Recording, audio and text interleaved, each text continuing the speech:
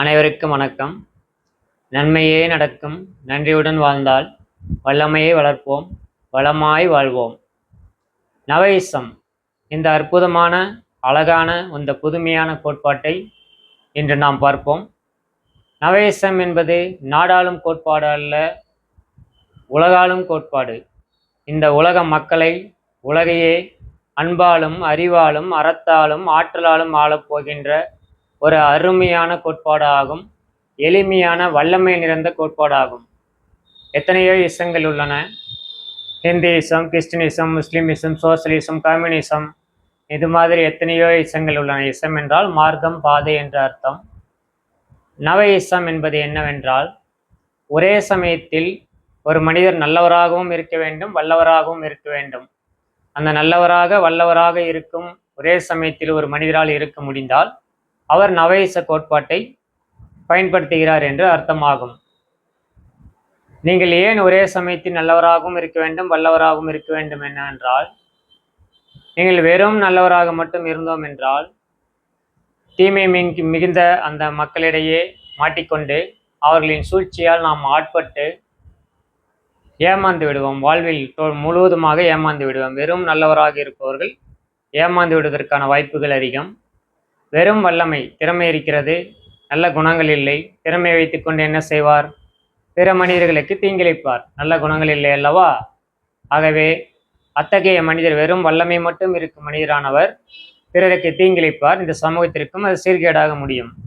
ஆனால் ஒரே சமயத்தில் ஒருவர் நல்லவராக வல்லவராக இருந்தால் நாங்கள் ஏமாறவும் தயாராக இல்லை, வல்லமையையும் பெற்றிருக்கிறோம், பிறரை ஏமாற்றவும் தயாராக இல்லை, நல்லவராகவும் இருக்கிறோம். இதனால் முதலில் பயனடைவது அந்த நபர்தான் தன் வாழ்க்கையில் பயனடைவார். ஏனெனில் அவர் ஏமாறவும் தயாராக இல்லை, ஏமாற்றவும் தயாராக இல்லை.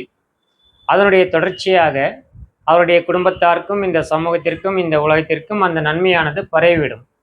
ஆகவே ஒரே சமயத்தில் நல்லவராக வல்லவராக இருக்கும் அந்த நவேச கோட்பாட்டை நாம் உலகம் முழுவதும் கொண்டு சேர்த்தோம் என்றால் நாம் வாழும் இந்த தலைமுறை மட்டுமல்ல, அனைத்து தலைமுறைக்கும், இனி வரும் அனைத்து தலைமுறைக்குமே இது மிகப்பெரிய நன்மையாக முடியும்.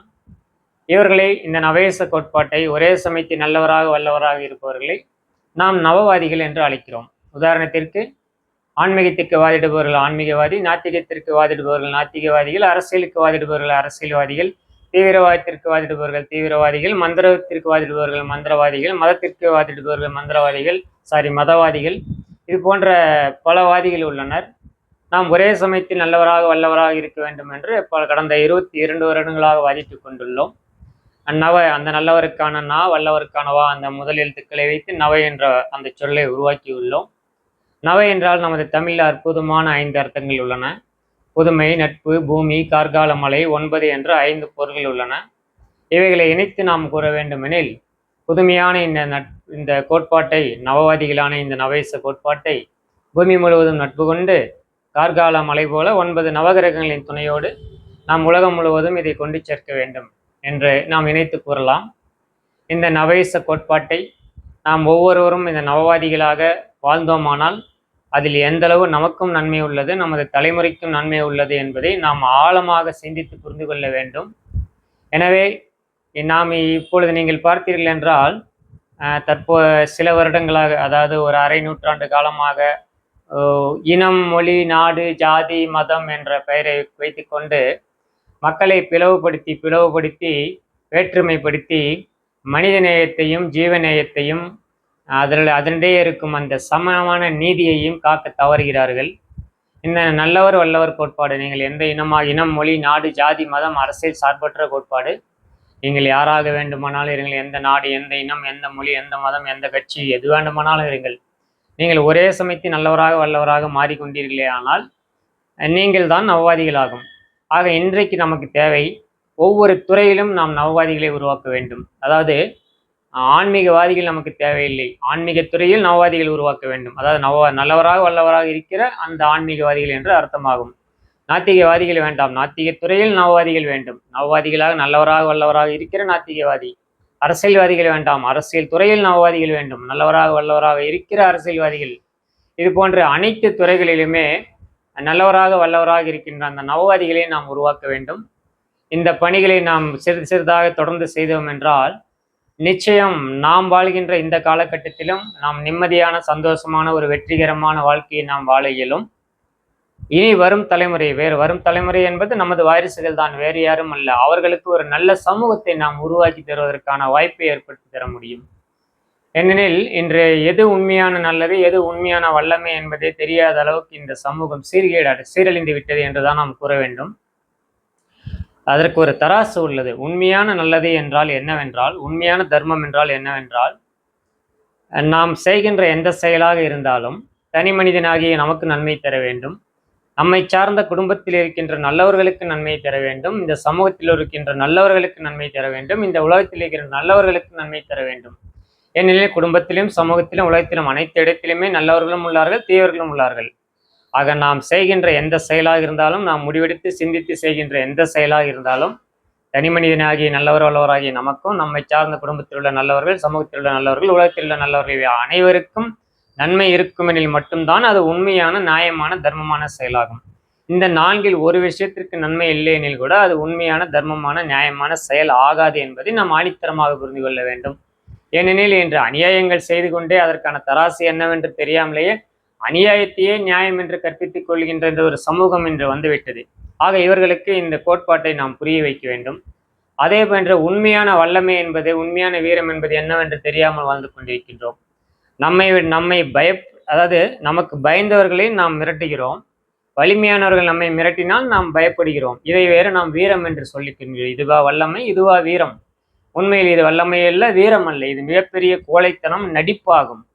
உண்மையான வீரம் என்பது சுவாமி விவேகானந்தர் அவர்கள் கூறுவார்கள், உலகம் முழுவதும் அனைத்து ஜீவராசிகளும் மனிதர்களும் ஆயுதங்களோடு உங்களுக்கு எதிராக நிற்கின்றார்கள். நீங்கள் நிராயுதபாணியாக ஆயுதமின்றி நிற்கும் அந்த சமயத்தில் கூட நீங்கள் கொண்ட கொள்கையில் எண்ணம், சிந்தனை, சொல், செயல் நான்கையும் ஒரே கோட்டில் வைத்து அந்த செயல்களை துணிவாக யார் ஒருவர் செய்கிறாரோ தாம் கொண்ட கொள்கையில் அவர்தான் உண்மையான வீரன் என்று கூறுவார். அத்தகைய வீரத்தை, அத்தகைய தியாகத்தை, அத்தகைய வீரத்தை நாம் சொல்லித்தர வேண்டும். அது எங்கிருந்து பூக்கும்? நேர்மையில் இருந்தும் தியாகத்தில் இருந்தும் தான் அத்தகைய வீரம் பூக்கும். வேறு எந்த குறுக்கு வழியும் கிடையாது என்பதை நாம் புரிந்து கொள்ள வேண்டும். இப்பொழுது ஒரு மிகச்சிறந்த கருத்துக்கு வருகின்றேன். இந்த நவேச கோட்பாடு இன்னும் ஒரு 5-6 வருடங்கள் உலகம் முழுவதும் பரவி ஒரு 10-20% மக்கள் நல்லவராக வல்லவராக நவவாதிகளாக மாறிவிட்டார்கள் என்றாலே அவர்கள் நன்மையின் பக்கம் வலிமையாக நிற்பார்கள், தீமை செய்ய, தவறுகள் செய்ய விடமாட்டார்கள். இன்றைக்கு தீமையாளர்கள் அழகான நெட்வொர்க் ஃபார்ம் செய்து கொண்டு நிறைய தீமைகளை செய்கிறார்கள். ஒற்றுமையாக இருந்து கொண்டு அவர்கள் வலிமையாக தீமைகளை மேலும் மேலும் செய்து வருகிறார்கள். நல்லவர்களிடையே வலிமை குறைவாக உள்ளது. இந்த நல்லவர்களை நாம் ஒற்றுமைப்படுத்துவதற்காகத்தான் இந்த நவேச கோட்பாட்டை கடந்த 22 வருடங்களாக நாம் செயல்படுத்தி கொண்டுள்ளோம். வாழப்பாடி சாய்பாபா அறக்கட்டளை, நிம்மதி கிளை அறக்கட்டளை மற்றும் தமிழ் சீரடி அறக்கட்டளை, இது போன்ற வித்தியாசமான அகில உலக நல்லவர் வல்லவர் இயக்கம், இப்படி பன்முக பரிமாண தன்மையில் நாம் பல கிளைகளை அமைத்து பகுத்தறிவு ஆன்மீக சபை, நவேச இயக்கம், இது போன்ற பன்முக பரிமாண தன்மையில் நாம் கடந்த 22 வருடங்களாக ஒரே நோக்கத்திற்காக, இந்த நல்லவர் வல்லவர்களாகி நவவாதிகளை உருவாக்குவதற்காக, இந்த நவேச கோட்பாட்டை மென்மேலும் மக்களிடையே வளரச் செய்வதற்காகத்தான் நாம் இயங்கிக் கொண்டுள்ளோம். இதற்கு தற்பொழுது மிக விரைவாக இந்த விஷயமானது மக்களிடையே சென்று சேர வேண்டும். ஆகவே ஒரு 7 துறைகள் உள்ளன, மிகவும் பலம் வாய்ந்த துறைகள். இந்த துறைகளில் உள்ள நபர்கள் மூலம், விஐபிகள் மூலம், விவிஐபிகள் மூலம், முக்கியமான நிர்வாகிகள் மூலம் இந்த நல்லவர் வல்லவராகிய நவேச கோட்பாடும் நவவாதிகளும் ஆகிய இந்த விழிப்புணர்வு வெளியே சென்றால் மிக சீக்கிரம் இந்த ஒரு 10-20% மக்கள் உலகம் முழுவதும் இந்த விழிப்புணர்வை பெறுவார்கள். அப்பொழுது தீமைகள், இந்த நல்லவர்கள் ஒற்றுமை அடையும் பொழுது நல்லவர்களின் வலிமை அதிகமாகும்.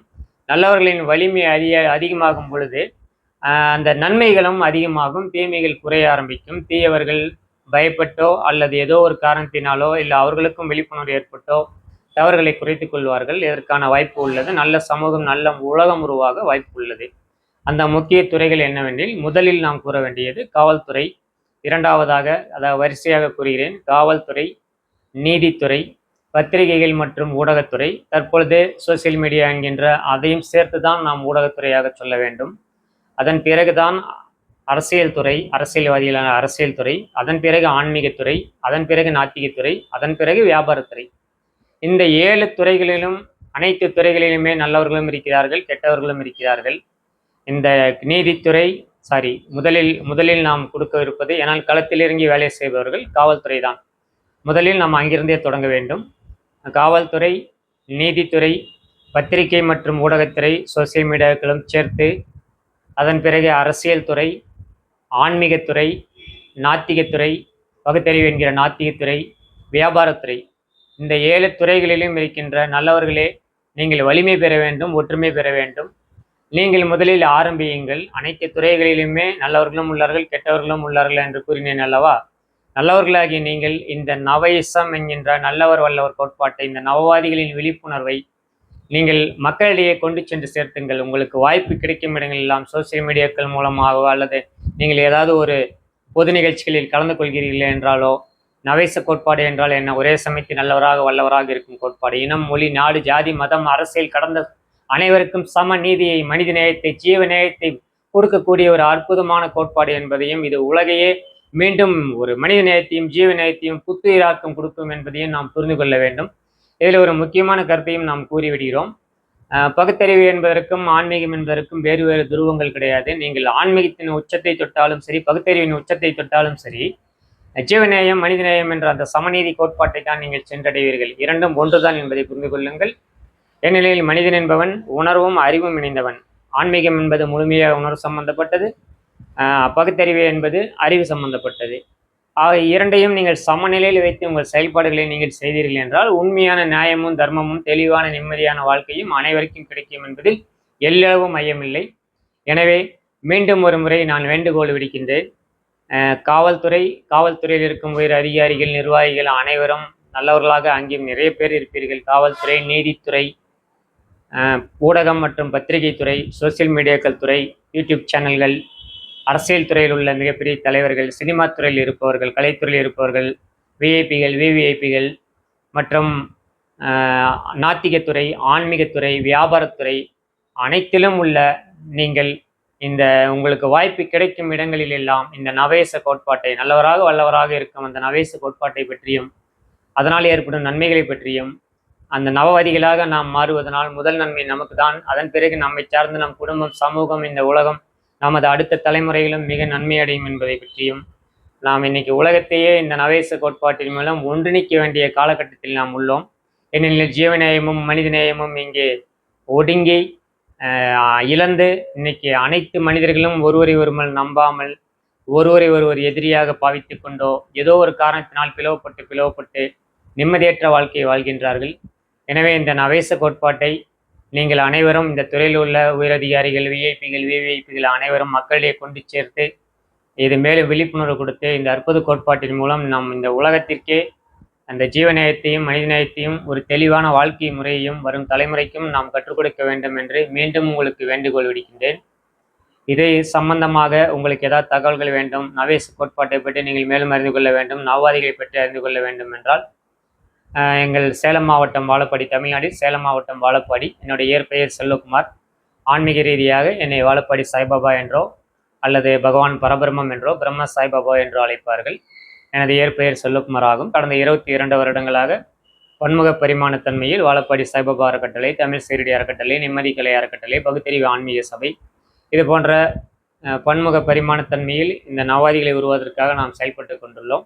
எங்களுடைய அலைபேசி எண்களை கூறுகிறோம். நீங்கள் தொடர்பு கொண்டு மேலும் இதை பற்றி தெரிந்து கொண்டு இந்த நவேச கோட்பாட்டை உலகம் முழுவதும் கொண்டு சேர்ப்பதற்கு நீங்கள் உதவி செய்யுமாறு கேட்டுக்கொள்கிறோம்.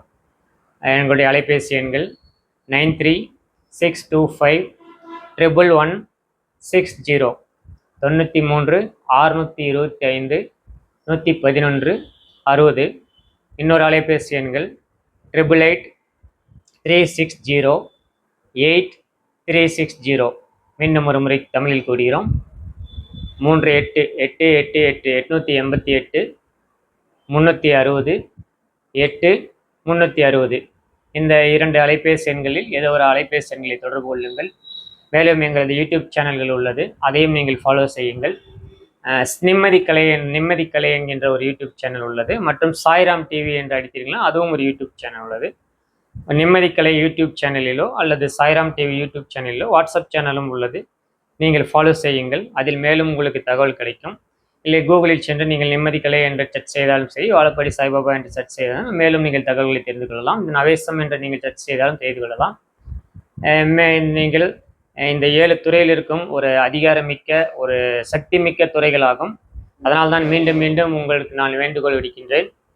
நீதித்துறையில் இருப்பவர்கள், காவல்துறையில் இருப்பவர்கள், ஊடகத்துறை மற்றும் பத்திரிகை துறையில் இருப்பவர்கள், அரசியல் துறையில் இருப்பவர்கள், சினிமா துறையில் இருப்பவர்கள், கலைத்துறையில் இருப்பவர்கள், ஆன்மீகத்துறையில் இருப்பவர்கள், நாத்திகத்துறையில், பகுத்தறிவுத்துறையில் இருப்பவர்கள், வியாபாரத்துறையில் இருப்பவர்கள் அனைவருமே இந்த நவேசு கோட்பாட்டையும் நவவாதிகள் விழிப்புணர்வையும் அனைத்து மக்களிடையே வாய்ப்பு கிடைக்கும் இடங்களெல்லாம் கொண்டு சேர்த்துமாறு மீண்டும் மீண்டும் ஒரு முறை வேண்டுகோள் விடுக்கின்றேன். அனைவருக்கும் வணக்கம். நன்மையே நடக்கும், நன்றியுடன் வாழ்ந்தால் வல்லமையை வளர்ப்போம், வளமாய் வாழ்வோம். மீண்டும் அனைவருக்கும் நான் எனது நன்றியை உரித்தாக்கிக் கொள்கிறேன். நன்மையே நடக்கும், நன்றியுடன் வாழ்ந்தால் வல்லமையை வளர்ப்போம், வளமாய் வாழ்வோம்.